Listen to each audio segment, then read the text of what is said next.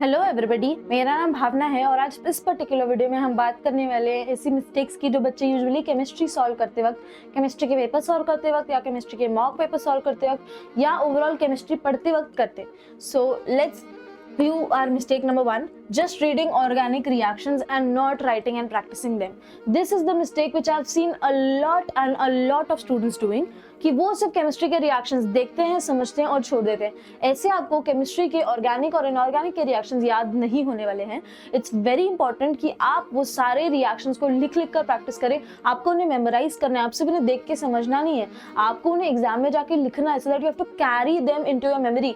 वो सिर्फ पढ़ के नहीं होगा, वो आपको लिख कर ही आएगा। Mistake number 2, forgetting condition during a reaction. कोई भी रिएक्शन हो, कोई भी रिएक्शन का कोई एक रिएजेंट होता है, उसकी कोई स्टैंडर्ड टेम्परेचर, प्रेशर, कंडीशन होती है। वो सारी कंडीशंस को हमें याद रखना है, तभी वो रिएक्शन हो सकती है। जब हम कोई रिएक्शन प्रैक्टिकली लाइफ में कर रहे होते हैं तो हमें एक स्टैंडर्ड टेम्परेचर मेंटेन करना होता है, एक x amount of pressure maintain करना होता है।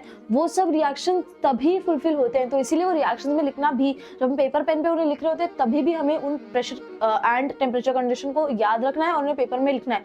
अदरवाइज वो वैलिड नहीं होगी, क्योंकि वो रियल लाइफ में परफॉर्म करी जाएगी तो गलत रिजल्ट आएगा, right.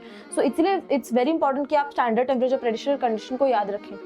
Mistake number 3 is using informal definition. It is very important कि जो भी डेफिनेशन आपके टेक्स्ट बुक में दी गई है, आप वो एग्जैक्ट डेफिनेशंस लिखें। अगर आपके एग्जैक्ट 1 मार्क्स के लिए डिफाइन मोल कंसेप्ट आ गया तो आपको ऐसे लिखने हैं। डिफाइन अगर कॉलिगेटिव प्रॉपर्टीज आ गया तो उसको एग्जैक्ट वर्ड्स में लिखना है, अदरवाइज एग्जामिनर आपको मार्क्स नहीं देगा। Exact word to word definition जो भी टेक्स्ट बुक में दी है आपको मेमोराइज होनी चाहिए। ऑफकोर्स आपको उन्हें अंडरस्टैंड भी करना है, बट वो रिएक्शन आपकी मेमोराइज होनी चाहिए, तभी ही आपको मार्क्स मिलेंगे, अदरवाइज एग्जामिनर मार्क्स देने वाला नहीं।